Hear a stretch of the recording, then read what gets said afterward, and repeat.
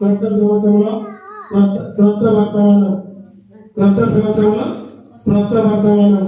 ఈరోజు అంశం చెప్పండి. క్రొత్త సంవత్సరంలో క్రొత్త వర్తమానం. దేవునికి మహిమకలుగా గాక. అదే పరమగీతములు 2వ అధ్యాయము 4వ వచనం. తీసిన చదవండి. అతడు నన్ను విందుశాలకు తోడుకొని పోయెను. నా మీద ప్రేమను ధ్వజముగా ఎత్తెను. దేవునికి మహిమకలుగా గాక. దేవునికి స్తోత్రములు గాక. మన మధ్య ఉన్న దేవునికి మహిమకలుగా గాక. యేసు మహారాజుకే దేవునికి మహిమకలుగా గాక. దేవునికి స్తోత్రములు గాక. మన మధ్య ఉన్న దేవునికి మహిమకలుగా గాక. మన మధ్య ఉన్న దేవునికి స్తోత్రములు గాక. ఎవరు చెప్పాలి ఈ మాట? ఈ మాట ఏంటో ఎవరు చెప్పాలి?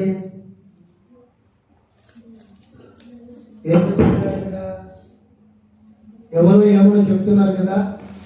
ఎవరు ఏమో చెప్తున్నారంటే యేసుక్రీస్తుని గురించి ఆ రక్తముతో కడగబడిన సంఘం చెప్పవలసిన మాట, చెప్పే మాట ప్రాముఖ్యమైనటువంటి సొలొమోను రాజు అక్కడ రాసి ఉంచినాడు. దేవునికి మహిమ. ప్రభునందు దేవుని పిల్లారా, క్రొత్త సంవత్సరంలో ఆ క్రొత్త వర్తమానము పరమగీతములు 2వ అధ్యాయము 4వ వచనాన్ని మనము చదువుకొని ఉన్నాం. ఏక వచనంలో మనకు 3 మాటలు కనపడతాయి. ఈ 3 మాటలు ఎవరితో చెబుతున్నారంటే, ఈరోజు అనగా ఈ యొక్క మొదటి శతాబ్దము మొదలుకొని ఈరోజు వరకు 2వ రాకడ వరకు యేసు క్రీస్తు యొక్క రక్తము చేత కొనబడిన సంఘము చెప్పవలసిన మాట. ముందుగానే చెప్పే మాటను, చెప్పవలసిన మాటను పరమజ్ఞానైనటువంటి సొలొమోను రాజు దేవునికి జ్ఞానముతో ముందే ఈ మాట రాయించినాడు. అయితే ఈ మాటను ఆ రోజు వాళ్ళు పలికి ఉన్నారు. ఆది సంఘము పలికి చెప్పి అనుభవించి ఉన్నారు. ఎవరితో చెప్తున్నారు తెలుసా? ఏమని చెప్తున్నారు తెలుసా? 1 విందుశాల గురించి చెబుతున్నారు. 2 ప్రేమల గురించి చెబుతున్నారు. 3 ఆ ప్రేమను ధ్వజముగా అంటే ధ్వజముగా ఎత్తిన జెండాను చూపిస్తున్నారు. ఏ జెండా తెలుసా? శిలువ జెండా. దేవునికి మహిమకలుగా గాక. దేవునికి స్తోత్రములు గాక. శిలువ జెండాను ప్రకటిస్తున్నారు. రేపరేపర ఎగురుతా ఉంది ప్రపంచం అంతా. అదే క్రిస్మస్ రోజు, ఈ రోజు ప్రతి ఆదివారము ప్రతి శాలలో కూడా, ప్రతి ఆల్రెడీ ప్రేయర్లో కూడా శిలువ జెండా ఏమైతే ఉంటుంది, రేపరేప ఎగురుతా ఉంటుంది. దేవునికి మహిమకలుగా గాక. ఇది ఎవరితో చెప్పబడుతుందంటే, దేవుడు అంటే యేసుక్రీస్తు అని ఎవరైతే తెలియని వారికి చెబుతున్న మాట. అది ఏమిటంటే, విందుశాలలో ఇంక తోడుకొని పోయి లేక తీసుకొని వెళ్ళి, మరి విందుశాలలో మరి నా ప్రియుడు ఏం చేసినాడు, నా దేవుడు ఏం చేశాడంటే ప్రేమను ధ్వజముగా ఎత్తినాడు. దేవునికి మహిమకలుగా గాక. దేవునికి స్తోత్రములు గాక.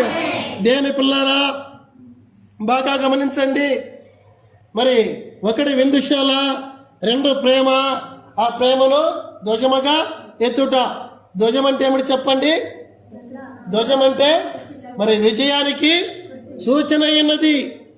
మరి దేవుడు యేసుక్రీస్తు ద్వారా మానవులైన వారికి ఇచ్చిన ఆ విజయాన్ని, శిలువలో చేసిన త్యాగాన్ని, ఆ ప్రేమ విజయాన్ని మరి తెలుసుకున్న క్రైస్తవ సంఘము ప్రకటిస్తూ ఉంది. ఎవరికంటే తెలియని వారికి. దేవునికి మహిమకలుగా గాక. మరి ఎక్కడ ఆ ప్రేమను ధ్వజముగా ఎత్తినాడు అనే విషయాన్ని చూస్తే, మరి విందుశాల, ఆ విందుశాల గురించి 3 రకాల విందుశాలలు ఉన్నాయి బైబిల్లో. లోకరీతిగా ఉండే విందుశాల కాదు, కానీ మరి 1 విందుశాల అనగా బైబిల్ గ్రంథము. బైబిల్ గ్రంథం అనే విందుశాల గురించి ఆదికాండం నుంచి ప్రకటన గ్రంథము వరకు ప్రకటించాలి. ఎలాగని ఇంకొకసారి మీకు చెబుతాను.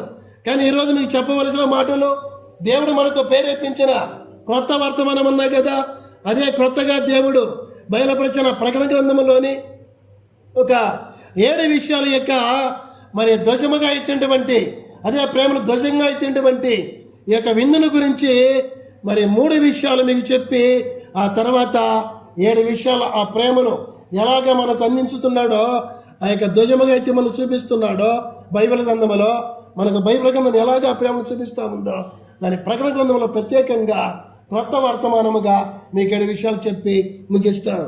ఒకటి, మరి విందుశాల అనగా బైబిల్ గ్రంథము. విందుశాల అనగా బైబిల్ గ్రంథము.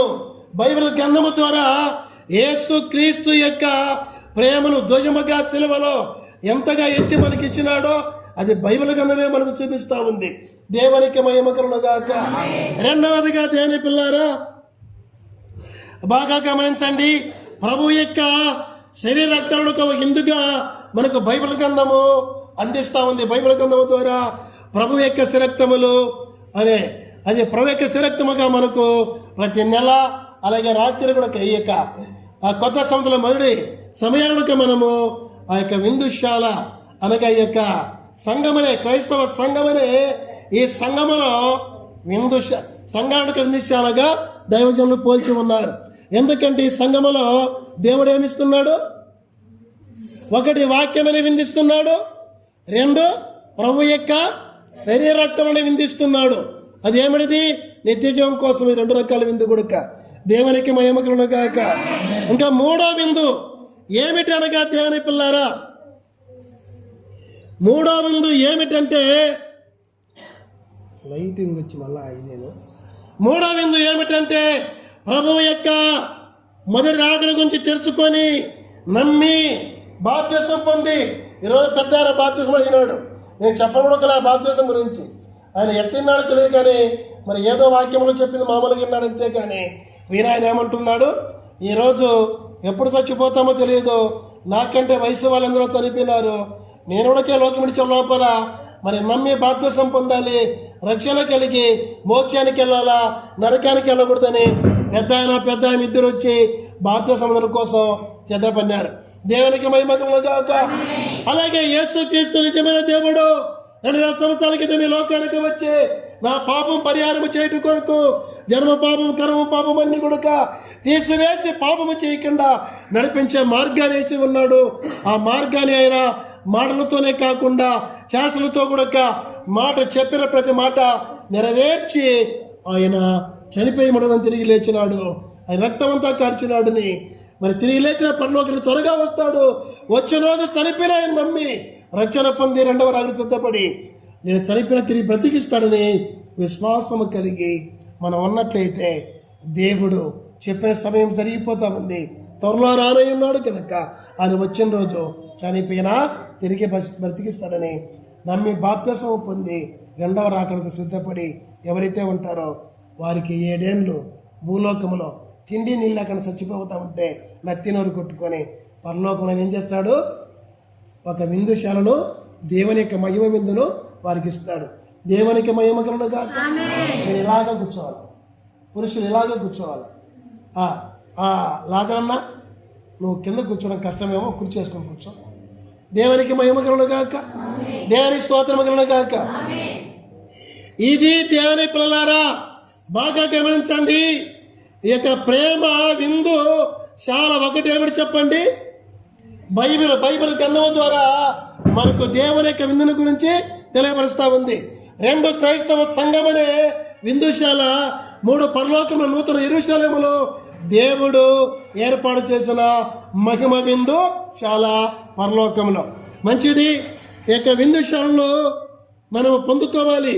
దేని పిల్లారా, ఈ యొక్క ప్రేమను ఎలాగ మనకు మరి ఆ ధ్వజముగా ఎత్తి మనకు చూపించినాడో, మనకు ప్రకటిస్తున్నాడో ఇది తెలుసుకుని ఈరోజు మనము కూడా ప్రకటించేవారుగా ఉండాలి. అది ఏమిటంటే బాగా గమనించండి. దేవునికి మహిమ కలుగుగాక. దేవునికి స్తోత్రము కలుగుగాక. మరి దేవుని పిల్లారా, బైబిల్ గ్రంథమే విందుచాలన్నాం కదా.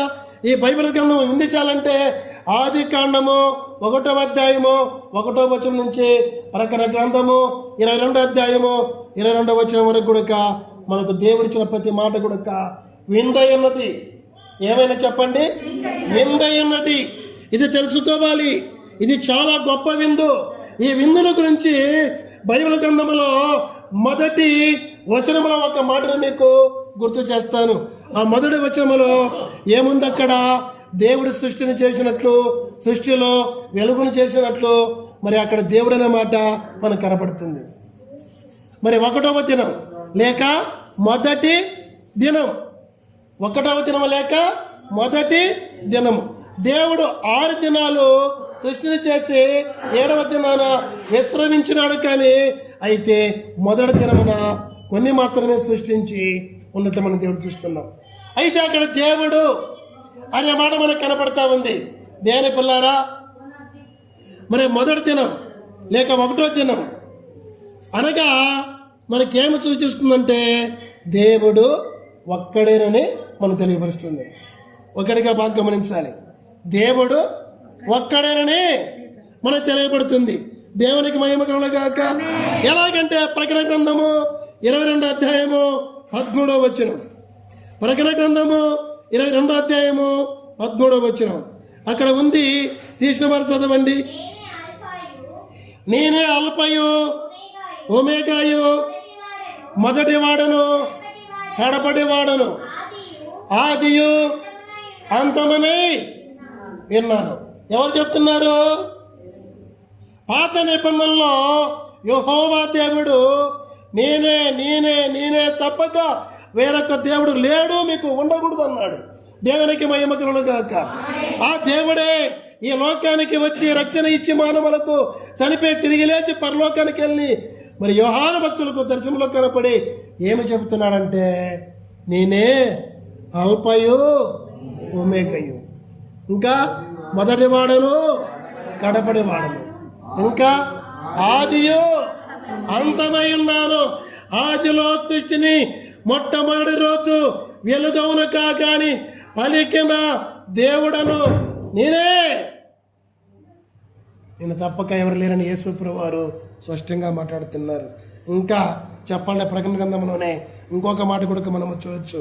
అదేంటంటే ప్రకటన గ్రంథం 2వ అధ్యాయము 8వ వచనములో అదేమిటంటే దేవుని పిల్లారా చూడండి, మొదటి వాడు కడపడి వాడు అయింది గుడక మృతుడై బ్రతికిన వాడు. మొదటి వాడ కడపటి వాడ మొదటి వాడ కడపటి వాడ. దేవునికి మహిమ కలుగుగాక. పాట పాడుకున్న సమయం ఎక్కువైపోతుంది. మరి పాట కాదు కానీ పాడకూడదు. మీకు 7 మాటలు చెప్పి ముగిచ్చేస్తాను. దేవునికి మహిమ కలుగుగాక. దేవుని స్తోత్రము కలుగుగాక. మొదటి వాడవై కడపడి వాడవై ఉండి మృతుడవై తిరిగి లేచినవో దేవుడా నిన్నే స్తుతిస్తానని చెప్పి ఒక తీర్మానం చేసుకొని ఆయన నమ్ముకొని స్తుతించేవారిగా ఉండాలి. ఆయన ఎవరు చెప్పండి? యేసు క్రీస్తు ప్రభు. అదే 1వ అధ్యాయం 18 కూడా ఒక మాట ఉంటుంది. త్వరగా చదవండి. ప్రకటన 1:18. నేను మొదటి వాడను కడపడి వాడను అమ్మా జీవించువాడను మృతుడినైతేనే కానీ ఎదుగో యుగములు సజీవున్నై ఎన్నాను. దేవునికి మహిమ కలుగుగాక. అమ్మా అర్థమవుతుందా? అయ్యా అర్థమవుతుందా? ఆయన మొదటి వాడయండి కడపడి వాడయండి యుగాలు అని జీవించే దేవుడిగా ఉన్నాడు. అయినా మృతుడు అయినాడు కానీ ఆయన యుగాలు జీవించే దేవుడిగా ఉన్నాడు. అదే చనిపోయినాడు తిరిగి లేచినాడు. భక్తులలాగా పాడుకుంటా ఉంటారు. నేను కూడా ఎప్పుడూ కూడా నేను స్తుతిస్తూ బ్రతుకుతానని గనక మొదటగా ఇప్పుడు ఏం చెయ్యాలా? యేసుప్రభు ఒక్కడే నిజమైన దేవుడు, నాకు బదులుగా మృతుడై తిరిగి లేచాడని చెప్పి నమ్మాలి. 2 మొదటి దినాల గురించి చూడండి. మొదటి అనే మాట గురించి ఇంకో మాట తెలుసుకుందాం. దేవునికి మహిమ కలుగుగాక. ప్రకటన గ్రంథము 21వ అధ్యాయము 4వ వచనం. ఆ 4వ వచనంలో చూస్తే పాతవన్నీ కూడా ఏమైనాయి? దేవునికి మహిమ కలుగుగాక. దేవునికి స్తోత్రము కలుగుగాక. పాతవన్నీ గతించిపోయినాయి. పాతవంటే అక్కడ 1000 పరిపాలనలో ఇప్పుడు ఉండే భూమి ఆకాశం, సూర్యుడు, చంద్రుడు ఇవన్నీ ఏమీ ఉండవు, అన్నీ గతించిపోతాయి. అర్థమైందమ్మా? అలాగనే 2024 సంవత్సరంలో నీకు నాకు ఉన్న కన్నీరు, దుఃఖము, మరణము అన్నీ కూడా గతించిపోయి జీవము గల వారముగా నూతన సంవత్సరంలో ప్రవేశించి ఉన్నాం. కానీ అవన్నీ గతించిపోయినాయి. అవన్నీ నువ్వు గుర్తు చేసుకోకూడదు. ఏం గుర్తు చేసుకోవాలి? కొత్త సంవత్సరంలో దేవుని నమ్మి ఆయన ఏం చేశాడంట? ప్రతి కన్నీరు కూడా ఇంకా ప్రతి బాష్ప బిందువు తుడుస్తాడు. దుఃఖం అనేది రేపు ఏళ్ళ పరిపాలనలో అసలు ఉండదు, మరణం అనేది అసలు ఉండదు.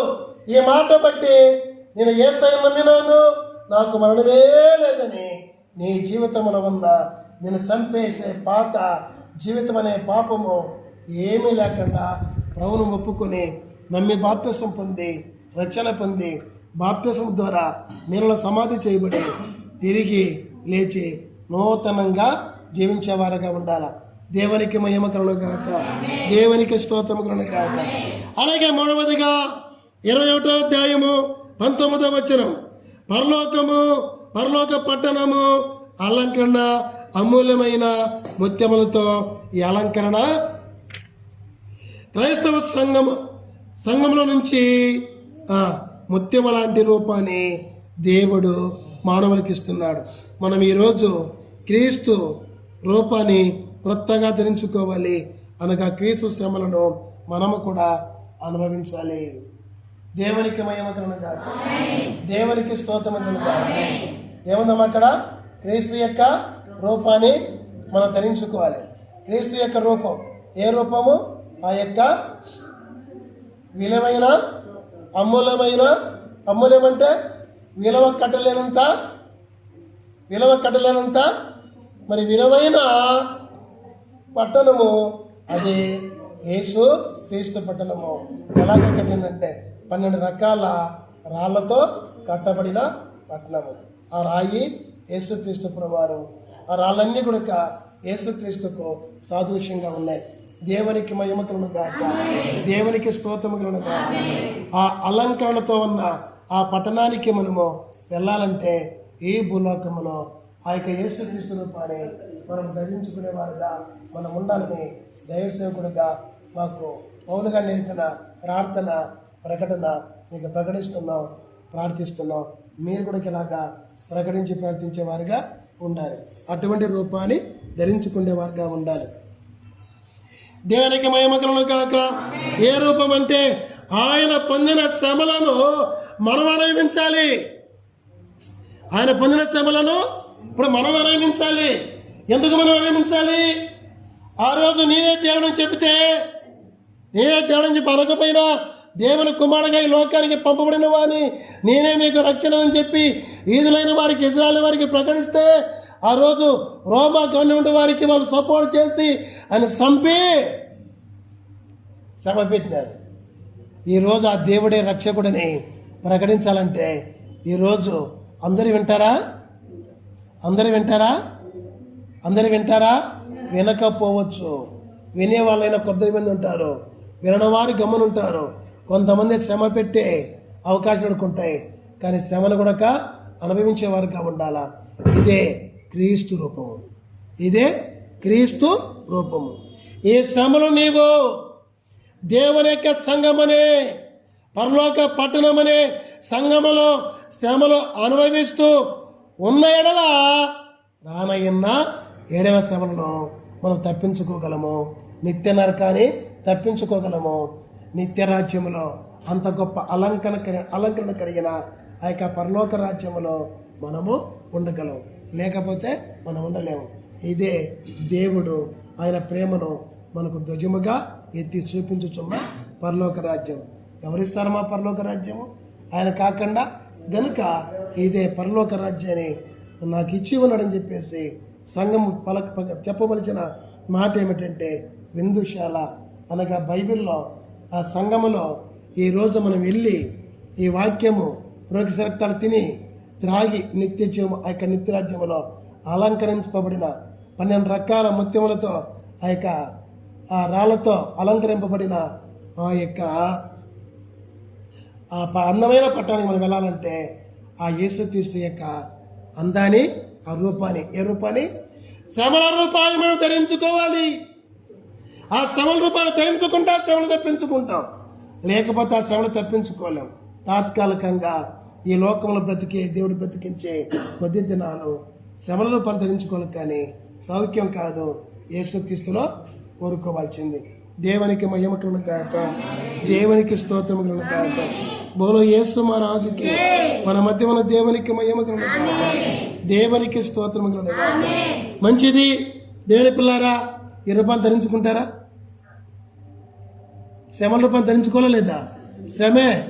దేవునికి రావాలంటే ఒక శ్రమ, వినాలంటే ఒక శ్రమ, నమ్మాలంటే ఒక శ్రమ, నమ్మి ప్రకటించాలంటే ఒక శ్రమ. ఎవరు ఏమి అనకపోయినా కూడా అంటారేమో అన్న శ్రమ. కానీ రాత్రి దేవుడు అటువంటి భయము లేకుండా ఉంటూ కొరకు భయం కలిగిన ఇర్మియాతో ఈ సంఘాన్ని బట్టి దేవుడు ఏమైనా మాట్లాడినాడు? నిన్ను రక్షిస్తాను, విడిపిస్తాను. దేవుడు తోడుగా ఉండి రక్షిస్తాడు, విడిపిస్తాడు. భయపడకండి, మీ శ్రమలలో శాంతినిచ్చి భయము తీర్చుతాడు. మీరు మాత్రం భయపడకుండా తెలుసుకున్నారు, నమ్మండి, బాప్తిసం పొందండి, తెలియని వారికి ప్రకటించండి, భయపడద్దు. దేవునికి మహిమ కలుగును గాక, దేవునికి స్తోత్రము కలుగును గాక. ఎందుకు? మన సంఘానికి దేవుడు రాత్రి చేస్తున్న వాగ్దానము, మొదటి జామునే దేవుడు చేసిన వాగ్దానం సంఘానికి ఏమిటంటే, ఇర్మియాతో చెప్పిన మాట 15:20లో ఇర్మియా గ్రంథములో, నీకు దేవుడు తోడుగా ఉండి రక్షిస్తాడు, విడిపిస్తాడు. నీకు ఏదున్నా కూడా విడిపించే దేవుడుగా ఉంటాడు. భయపడకుండా నమ్ము, బాప్తిసం పొందు, ప్రకటించు. దేవుడే ఆయన ప్రేమను ధ్వజముగా ఎత్తి ఉన్నాడు. ఎక్కడ తిన్నాడు? విందుశాల, అంటే బైబిల్లో విందుశాల. బైబిల్ చదువు, భయపడద్దు. 2 విందుశాల అంటే ఏమిటిది? సంఘం. సంఘానికి రా, వాక్యమేను. ప్రవేశ రక్తాలు తిని త్రాగు నిత్య జీవనకై అలంకరింపబడిన పట్టణంలో నీవు ఉండగలుగుతావని ప్రకటించి కుటుంబీకులను, వీధి వారిని, ఊరి వారిని నడిపించి రక్షించేవారుగా మనం ఉండాలి. ఈ కొత్త సంవత్సరంలో 4వదిగా మనం చూసినట్టయితే దేవునికి మహిమ కలుగును గాక, దేవునికి స్తోత్రము కలుగును గాక. మరి శ్రమ పడకపోతే వచ్చే శ్రమల గురించి ప్రకటన గ్రంథము 16వ అధ్యాయము 2వ వచనము, 13వ అధ్యాయము 12వ వచనము, 9వ అధ్యాయము 12వ వచనము, 8వ అధ్యాయము 7వ వచనం, 6వ అధ్యాయము 1వ వచనములో 7 శ్రమల గురించి రాయబడి ఉంది. ఈ శ్రమలు మనం పొందకూడదంటే ఉదయం చేయాలా? క్రీస్తులో శ్రమ పడేవారుగా ఖచ్చితంగా ఉండాలి. దేవునికి మహిమ కలుగును గాక. ఈ శ్రమల గురించి ఎవరు బోధించరు. ఎందుకు? ఈ శ్రమల గురించి బోధిస్తే భయపడతారని, దేవుని దగ్గర రారని, నమ్మరని చాలా వరకు మరుగు చేస్తున్నాడు సాతాను. ఆ రోజు మరుగు చేసినందువలనే యోహాను దగ్గరికి వచ్చి పెద్దల్లో ఒక పెద్ద 5వ అధ్యాయములో ఈ యొక్క గ్రంథమును, ఈ ముద్రను ఇప్పగలిగిన వాడు ఎవడైనా ఉన్నాడంటే అయ్యా నీకే తెలియనంటాడు యోహాను భక్తులు. అప్పుడే ఆ పెద్ద వచ్చి చెబుతాడు, ఉన్నాడు ఒక ఆయన ఎవరంటే అన్ని వంశాల్లో నుంచి కూడా మా దేవునికి రాజ్యముగా, యాజక సమూహముగా మనుషులను ఆయన స్వరక్తం ఇచ్చి కొన్నవాడైనా ఆయన యేసుక్రీస్తు ప్రభువారు, ఆయనే భజింపబడిన గొర్రె పిల్ల అని చెప్పి అక్కడ చెప్పబడుతుంది. దేవుని పిల్లారా, ఈ ప్రకటన గ్రంథంలోని శ్రమలను చాలా వరకు ముద్రిస్తున్నారు, కానీ ముద్రించకూడదని ప్రకటన గ్రంథములో యోహాను భక్తులకు దేవుడే చెప్పిన మాట. ఆ రోజు ఆ యొక్క దానియేలు గ్రంథంలో ముద్రించమన్నాడు, కానీ ప్రకటన గ్రంథం అయితే ప్రకటించవలసినదే. ప్రకటించాలంటే సాతాను అర్థం కాకుండా చేస్తాడు శ్రమల గురించి. అయినా కూడా శ్రమల గురించి చెబితే నమ్మరని, రారని చెప్పకుండా ఉంటారు. కానీ బైబిల్ మిషన్ ఇప్పుడు దేవుడు ఏం చేస్తున్నాడంటే ఒక విందుశాలగా చేసుకొని ఈ శ్రమల గురించి తప్పించే దానికోసం. ఆ దారిలో దొంగలు ఉండాలంటే తెలిస్తే పోతామా? తెలియకంటే పోతామో పోమా? తెలియకంటే పోతామో పోమా? అయ్యా పోతామో పోమా? లాజరున్నా పోతాం కదా. తెలియకుండా పోతే దొంగ చిక్కుతామా, చిక్కవా? దెబ్బలు తింటామా, తినవా? వీలైతే సాగుడు చచ్చామా సామా ఉన్నాల్సింత పోగొట్టుకుంటాం చేతుల్లో సొమ్ముద్దాం అంతా పోగొట్టుకుంటాం కదా, తెలిస్తే పోగొట్టుకోం కదా. మీరు తెలుసుకున్నారు కదా, ఇప్పుడు మీరు తెలుసుకున్నారు లేదా? యేసు ప్రభు యొక్క శ్రమలు తాత్కాలికంగా ఈ భూలోకములో నీవు కూడా ప్రకటించడానికి, నమ్మడానికి, చదవడానికి, ప్రకటించడానికి, ఆ నశించిన రక్షించడానికి శ్రమ పడకపోతే రేపేముండాయి? ఏమైనా శ్రమలు తప్పించుకోలేము. తెలుసుకున్నారు కదా, ప్రకటింపబడతా ఉంది కనుక ఆ శ్రమలు పొందుతారా? తాత్కాలిక ఈ శ్రమలు పొందుతారా? ఇది శ్రమ అనుకోకుండా నమ్మాలా వద్దా? బాప్తిసం పొందాలా వద్దా? తెలియవారికి ప్రకటించాలా వద్దా? ప్రకటించకపోతే రక్షణ లేదు. దేవునికి మహిమ కలుగును గాక. 4వదిగా ఈ శ్రమలు గనక మనము క్రీస్తులో క్రీస్తు రూపాంతరించుకుని అనిపించకపోతే ఏమైనా శ్రమ తప్పించుకోలేము, నిత్య నరకం కూడా తప్పించుకోలేము. ఆ వచనాలు ఉంటుంది. మళ్ళా చెప్తున్నా చూడండి, ముందుకు వెళ్తాను. 16వ అధ్యాయము ప్రకటన గ్రంథం 2వ వచనం, 13వ అధ్యాయము 12వ వచనం, 9వ అధ్యాయము 12వ వచనం, 20వ అధ్యాయము 7వ వచనం, 6వ అధ్యాయము 1వ వచనం. దేవునికి మహిమ కలుగును గాక. దేవునికి స్తోత్రం కలుగును గాక. ఇప్పుడు చెప్పండి, శ్రమపడి శ్రమలు తప్పించుకుంటారా? శ్రమ పడకుండా శ్రమలు పొందుతారా? క్రీస్తును ప్రకటించడానికి శ్రమ అనుకోకుండా ప్రకటించి రేపు రాని శ్రమలు తప్పించుకుంటారా? లేక ప్రకటించకండి శ్రమ అని చెప్పి అనుకొని నమ్మకుండా ప్రకటించకుండా రేపు శ్రమలు పొందుతారా? మీరే తీర్మానం చేసుకోండి. అలాగే 5, 4వ అధ్యాయం 7వ వచనం, క్రీస్తు రూపానికి కలిగిన 4 చీమలు ఏం చేస్తున్నాయంటే స్తుతి చేస్తున్నాయి, ప్రార్థిస్తున్నాయి. 24 పెద్దలు కూడా 7వ వచనంలో 24 పెద్దలు కూడా ఆ స్థానంలో ఉన్నారు. దేవుని మహిమ చాలని వారికి ఇవ్వబడిన కిరీటంలో కూడా అని సింహాసనం ఎదుట పారవేశారు. 11వ వచనం. దేవునికి మహిమ కలుగును గాక. ఎవరి 24 పెద్దలు? పాత నిబంధన ఇశ్రాయేలు 12 గోత్రకర్తలు, కొత్త నిబంధనలో శిష్యులైన వారు. పరలోకానికి ఎత్తబడిన తర్వాత ఏం చేస్తున్నారు వాళ్ళు? 4 జీవులు దేవుని యొక్క సింహాసనము చుట్టూ సృష్టి కొరకు ఎలాగ దివారాత్రులు ఆగకుండా ప్రార్థన చేస్తున్నారో అలాగే 24 పెద్దలు కూడా వాళ్ళకి ఇవ్వబడిన కిరీటాలు దేవుని పదాల దగ్గర పారేసి వాళ్ళు కూడా స్తుతించి ప్రార్థిస్తున్నారు. దేవునికి మహిమ కలుగును గాక. మరి మనం కూడా ఏం చేయాలి? 4 జీవుల వలె 24 పెద్దల వలె మనకున్న ప్రభు పాదాల మీద వేసి మనకున్న శ్రమలు కావచ్చు, బాధలు కావచ్చు, మనకు కలిగిన ఆస్తి కావచ్చు, సంపద కావచ్చు, మనం ఏం చేయాలి? లోకములో ప్రార్థించేవారుగా, స్తుతించేవారుగా, ఈ కొత్త సంవత్సరం అయినా గడిపేవారుగా ఉన్న దేవుడు మాట్లాడుతున్నాడు. దేవునికి మహిమ కలుగును గాక. 6వదిగా చూస్తే నీవు ఏ స్థితిలో నుండి పన్నావు ఒక్కసారి గుర్తు చేసుకుంటున్నాడు దేవుడు. నువ్వు ఏ స్థితిలో ఉండి నువ్వు పన్నావో, ఇక ఏ స్థితిలోంచి నువ్వు వచ్చినావో నువ్వు గుర్తు చేసుకొని మారు మనసు పొందకపోతే నిన్ను తీసేస్తానంటున్నాడు. నిన్ను తీసేస్తాను. నేను మారు మనసు పొందకపోతే, మరి ప్రేమ ప్రేమించకపోతే దీపస్తంభం సంఘాన్ని తీసేస్తాడు.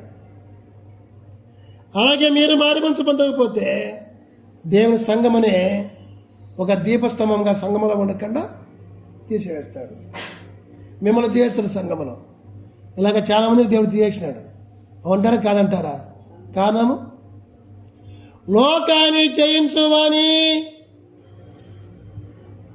దేవుని యొక్క సంఘములో లేక దేవుని యొక్క ఆలయములో ఒక స్తంభముగా నిలబెడతానన్నాడు దేవుడు ప్రకటన గ్రంథంలోనే. యువతి సంఘములో స్తంభముగా లేకుండా కొందరు రాకుండా నిలిచిపోయి వెళ్ళిపోయి అవుతున్నారంటే కారణం ఏమిటి? జయించలేదు యొక్క లోకాన్ని. అలాగే ఒకరు వాగ్దానం పెట్టి చూస్తే మొదట ఏ స్థితిలో నీవు ఉన్నావో ఆ స్థితికి మళ్ళా మనసు మార్చుకోకుండా ఉంటున్నావు. మొదట ఈ సంఘానికి వచ్చిన స్థితిని విడుస్తున్నావు. అది ఏమిటిది? 4వ వచనం చూస్తుంది ఉంటుంది. 2వ అధ్యాయం 4వ వచనంలో మొదట నీకుండిన ప్రేమ. ఆది మానవులు ఎప్పుడు దేవుని కోసం చూసేవారు. వాళ్ళు తినదనపని తిని ప్రేమను విడిచేసినారు. ప్రేమను విడిచడం అంటే ఆయన మాట వెనకడపోవడమే. అలాగే ఆది సంఘం ఏం చేసింది? ప్రభు కొరకు ప్రాణం ఇచ్చింది. 11 మంది ఆది అపోస్తలులు అయితేనేమి, వారితో చేతబడినటువంటి మత్తయి అయితేనేమి, ఆ తర్వాత వచ్చిన భక్తులేమి, అయితే ఆఖరికి ఎఫెసులో ఉన్న ఈ సంఘం కాడికి వచ్చేగలికి ఏమైందంటే ఆ మొదట వారికి ఉన్న ప్రేమ విడిచేసినారు. తర్వాత వచ్చిన భక్తులు కాకుండా భక్తులు అయిపోయారు, ఆ ప్రేమను వదిలేసినారు. అలాగే ఈ రోజుల్లో దేవుని పిల్లారా, ఈ చర్చికి రాగానే చాలా మందిని చూస్తున్నా, వచ్చినప్పుడు దేవుడు చేసిన కార్యాన్ని బట్టి అయ్యో యేసయ్యా నాకు నువ్వే కావాలా, నువ్వు లేకపోతే బ్రతకలేనంటున్నారు. ఆయన పని కూడా తెలుసుకోకుండా బాప్తిజం నమ్మేసి బాప్తిజం పొందుతున్నారు. ఆ తర్వాత విడిచేస్తున్నారు. మొదటి ప్రేమ దేవుని విడకపోయినా, సంఘాన్ని విడకపోయినా మొదట ఉండిన ప్రేమ, అమ్మో దేవుడు ఎంత గొప్పవాడు, అయ్యో అయ్యగారు ప్రార్థన చేయడం దేవుడు అయ్యగారు ఎంత గొప్పవారు, అయ్యో దేవుని సంఘం ఎంత గొప్పది, ఇదంతా మర్చిపోతున్నాడు ఈ రోజుల్లో. ఇదంతా అమ్మా నిద్రపోయే వారికి, ఇదంతా పాపం రాత్రి నిద్రలే కదా, రాత్రి నిద్ర వస్తుంది. మరి ముగింపులోకి వచ్చేసిన మొదటేమో అయ్యగారిని పెడతాను, దేవుని పెడతాను, అయ్యగారిని పెడతాను, ఈ సంఘమేమో ఆ సంఘం అంటారు, ఆఖరికి విడిచేస్తారు. కానీ అక్కడ అంటాడు ఒక మాట, దేవుడు అంటాడు, నీ సహనము చూస్తా, నీ ఓర్పు చూస్తున్నా, నీ విశ్వాసం చూస్తున్నా, అన్నీ చూస్తున్నా, కానీ మొదట ఉండిన ప్రేమను నువ్వు విడుస్తున్నావు. అయ్యా పలాని తప్పు చేద్దామా, పలాని తప్పు చేద్దంటే అప్పుడే విడిచేస్తానమాట. నా తప్పును అయ్యగారు చెబుతారా అని చెప్పి అయ్యగారు తప్పు ఏదైనా వెతకడానికి చూస్తారు. ఎవరి వాళ్ళు? శాస్త్రులు, పరిచయం. దేవుడు ఎన్ని అద్భుతాలు చేసినా కూడా భూలోకంలో యేసుక్రీస్తుగా ఉన్నప్పుడు ఆయన తప్పులు వెతికినారు, ఆయన గొప్పతనం చూడమలే. ఎవరు? శాస్త్రుల పరిచయం. కొందరైతే చావైన బ్రతికైనా యేసయ్య అని చెప్పి పంపించేవారున్నారు. దేవునికి మహిమ కలుగుగాక. కనుక దేవుడు అంటాడు, నువ్వు మారు మనసు పొందితేనే సరే, లేకపోతే నిన్ను తీసివేస్తా, నువ్వు ఉన్న స్థలం నుంచి దీపస్తంభమును తీసివేస్తా. ఒక్కరైనా లేకపోతే సంఘాన్ని తీసి పారేస్తాడు. ఒకరైనా లేకపోతే సంఘాన్ని దేవుడి పైన తీసి పారేసి ఉండొచ్చు. ఆయన పెట్టిన సంఘమే కావచ్చు, ఆయన ఉంచిన సంఘమే కావచ్చు, ఎప్పుడో తీసి పారేసి ఉండొచ్చు. ఎవరో ఒక్కరైనా ఇక్కడ ఉండాలి ప్రేమతో. మళ్ళా మొదటి ప్రేమను మారు మనసు మార్చుకొని, తప్పులున్న మనసు మార్చుకొని ఉండేవారి సంఘం ఉండాలి. కాబట్టి ఈ సంఘాన్ని నిలుపుకొని ఉంటాడు. లేకపోతే సంఘము ఎప్పుడో తీసి పారేసేవాడు. ఒక్కడే లేకంటే ఉంటుందా సంఘము? సోదమ గొమ్మరాల పట్టణమున ఒక్కడైనా లేనందున ఏమైంది? కాలిపోయింది. ఈరోజు సంఘములో కూడా ఒక్కడైనా లేకపోతే మనుషులు మార్చుకో సంఘమే తీసివేసేవాడు. కానీ సంఘాన్ని తీసివేయలేదు, కానీ సంఘాన్ని నిలబెట్టాడంటే సంఘములో కొందరైనా మనసు మార్చుకున్న వారు ఉన్నారు, పొరపాటు తప్పు చేసినా కూడా. కానీ కొందరైతే మనసు మార్చుకున్నందున సంఘం నుంచి తీసి పారేసినాడు. మరి ఉండే మనమైనా ఈ సంఘంలో తీసి పారేయాలా? దేవుని సంఘంలో లేక ఒక స్తంభంగా ఉండాలా? ఉండాలంటే ఏం చేయాలా? మన దగ్గరికి వచ్చి ఆయన తీసివేయబడకుండా ఉండాలంటే మనసు మార్చుకోవాలి. మొదట ఏ ప్రేమ నీ పట్ల దేవుడు చేసిన కార్యాన్ని ఎలాగా చేసి నువ్వు ప్రేమించినావో, మొదటి సువార్త విన్నప్పుడు ఏ ప్రేమ కలిగి ఉన్నావో, బాప్తిసం పొందినప్పుడు ఏ ప్రేమ కలిగి ఉన్నావో, ఎప్పటికీ అదే ప్రేమ కలిగి ఉండాలి. ఆ ప్రేమ లేదేమో ఏ సంఘానికి వచ్చినప్పుడు ఏ ప్రేమ కలిగి ఉన్నావో అదే ప్రేమ కలిగి ఉండాలి. లేకపోతే దేవుడు తీసివేస్తాడు. పోయిన వారి గురించి వారు అందుకే పోయినని చెప్పి అనుకుంటున్నావా? వారిని దేవుడు తీసివేస్తున్నాడు. మనసు మార్చుకోనందున నీవు కూడా మనసు మార్చుకోకుండా తీసివేయబడతావా? లేక దేవుని యొక్క సంఘములో ఉండి ఆయన రూపాన్ని ధరించుకొని శ్రమ రూపాన్ని రానయ్యన్న ఏలస్యములు నిత్య నరకము తప్పించుకుంటావా? రెండు రకాల ముత్యములతో అలంకరింపబడిన ఆ యొక్క పరిశుద్ధ పట్టణానికి రెండవ రాకలో ఎత్తబడతావా ఇళ్ళతో నిలిచిపోతావా? నువ్వే నిర్ణయం తీసుకొని ఇప్పుడైనా మనసు మార్చుకొని ప్రభు యొక్క రాక రెండవ రాక ఎత్తబడే కొరకు ఈ సంఘములో ఉండి ఎత్తబడే సంఘముగా ఉండి అనేకులు ఎత్తబడే సంఘముగా మార్చుడు కొరకు మనసు మార్చుకుంటావు. నీవే తీర్మానం చేసుకోమని తెలియపరుస్తున్నాను. ఇంకా మనసు మార్చుకోకుండా మార్పు లేకుండా ఉండావేమో. దేవునికి మహిమ కలుగుగాక. రాత్రి అందరూ వచ్చారు. ఏరి నువ్వు వచ్చిన వారు రాత్రి లేదు. ఏరి ఎంత మార్చుకున్నావు కొత్త సంవత్సరంలో? అంతగా వాక్యం ఉన్నావు కదా, అన్ని రకాల వాక్యం ఉన్నారు కదా. ఏది మనసు మార్చుకున్నది రాత్రి వచ్చిన వారు. రాలేని వారంటే ఇప్పుడు వచ్చినారు లెక్క వేళ. ఓకే, రాత్రి వచ్చి కూడా లేకుండా పోయినారంటే కారణం ఏమిటి? దేవునికి మహిమ కలుగును గాక. దేవునికే స్తోత్రం కలుగును గాక. మన మధ్య ఉన్న దేవునికి మహిమ కలుగును గాక. రాత్రి వచ్చి కూడా ఇప్పుడు మళ్ళా వచ్చిన వారు ఎంతో దూరం నుంచి లాజరన్న ఇంకా కొందరు ఉన్నారు. దేవునికి మహిమ కలుగును గాక. దేవునికి స్తోత్రం కలుగును గాక. మంచిది. 7 ప్రకటన గ్రంథము 4వ అధ్యాయము 1వ వచనం. యోహాను భక్తులను యేసుక్రీస్తు ప్రభువారు యోహాను ఎక్కిరమ్మ పరలోకానికి జరగవలసినవన్నీ నీకు చూపిస్తా. యాడికి రావాలంట? ఆయన ప్రేమను చూపించాలంటే ఎక్కి రావాలా. యాడికి? పరలోకానికి ఎక్కి వెళ్ళాలా. పరలోకానికి ఎక్కి రమ్మని అందరిని పిలుస్తాడా? ఎవరిని పిలుస్తాడు?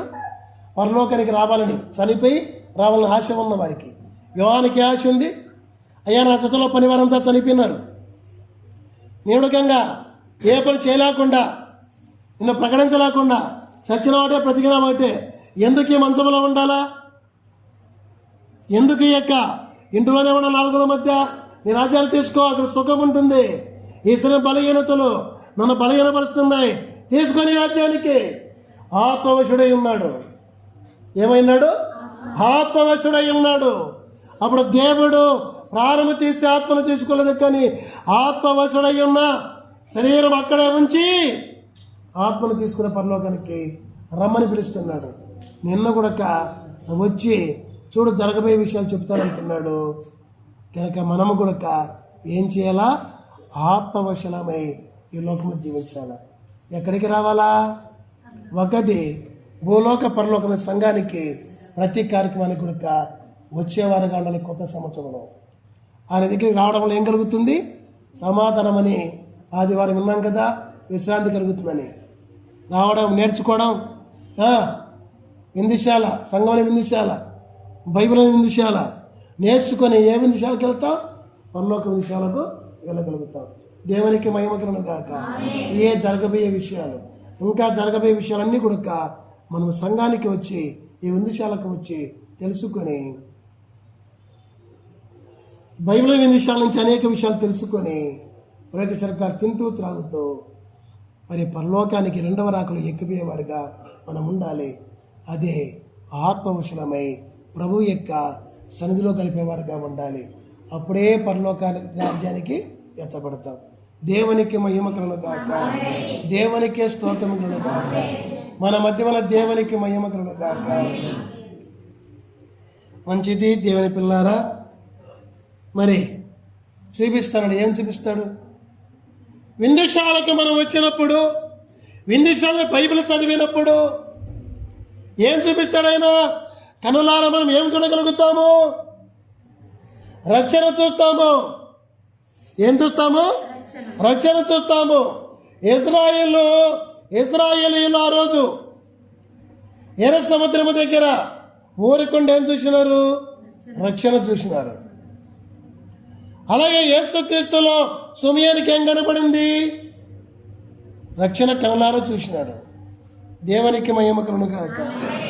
దేవునికి స్తోత్రం కలుగును గాక. మరి యోహాను ఏం చూస్తున్నాడు?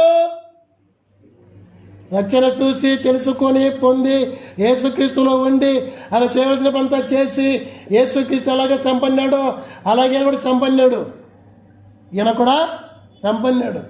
దేవునికి మహిమ కలుగును గాక. దేవునికి స్తోత్రం కలుగును గాక. 11 మందిని చంపినారు, కానీ ఈయన కూడా కాగే నూనెలో వేస్తే మళ్ళా దేవుడు కాగే నూనె నుంచి విడిపించినాడు. కాగే నూనెలో నుంచి అమ్మా కాగ్యానంలో నుంచి విడిపించినాడు. విడిపింపబడిన ఆయనకు పరలోకానికి వచ్చే జరగవలసినవన్నీ చూపిస్తానంటాడు. నీకు నాకు కొడుక జరగవలసినవన్నీ కొడుక మనకు దేవుడు చూపిస్తూనే ఉంటాడు. ఆ విందును మనకు వడ్డిస్తూనే ఉంటాడు. ప్రతిరోజు సంఘములో, ప్రతి ఆదివారం, ప్రతి శాలలో, ప్రతి కార్యక్రమంలో బైబిల్లో నుంచి ఆయన యొక్క మాటని విందును ప్రతి నెల 2వ వారం ప్రవేశరక్తమైన విందును మనకి ఇస్తూనే ఉంటాడు. ఎందుకు చెప్పండి? 3వ విందుశాలనే నూతన యెరూషలేమునకు ప్రభు యొక్క 2వ రాకడలో ఎక్కించాలని. దేవునికి మహిమలు గాక, దేవునికి స్తోత్రములు గాక. అలాగే యోహాను భక్తులను కాగ్యానం నుంచి విడిపించినట్లు పాత సంవత్సరంలో నీకు నాకు ఉన్న ప్రతి ఒక్క అలాంటి శ్రమ, అలాంటి బాధ, అలాంటి అవమానం, అలాంటి నిందలు, అలాంటి ఇబ్బందులు, అలాంటి భయము అన్నీ కూడా విడిపిస్తానని దేవుడు మన సంఘానికి సంఘ వాగ్దానము చేసి ఉన్నాడు.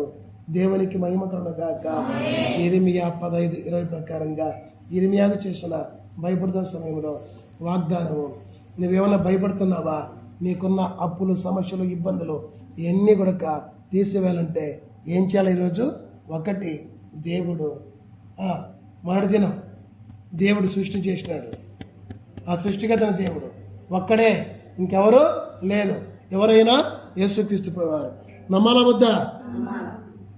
2 దేవునికి మహిమ కలుగుగాక. కన్నీళ్ళ కష్టాలన్నీ కూడా తుడిచివేస్తాడు. దేవునికి మహిమ కలుగుగాక. గనక మనం ఏం చేయాలా? పాత జీవితం అంతా విడసాలా వద్దా? విడవాలి, గతించిపోవాలి. 3 ఆయన యొక్క సమానమని మనం కలిగి ఉండాలి. 4 సమానం కలిగి ఉండకపోతే రేపేళ్ల శ్రమలు నిత్య నరకము తప్పించుకోలేము. ఇది మరవకుండా దానికి భయపడి అలంకరింపబడిన పరిశుద్ధ పట్టణానికి మనము వెళ్ళేవారిగా ఉండాలి. దేవునికి మహిమ కలుగుగాక. దేవునికి స్తోత్రములు గాక.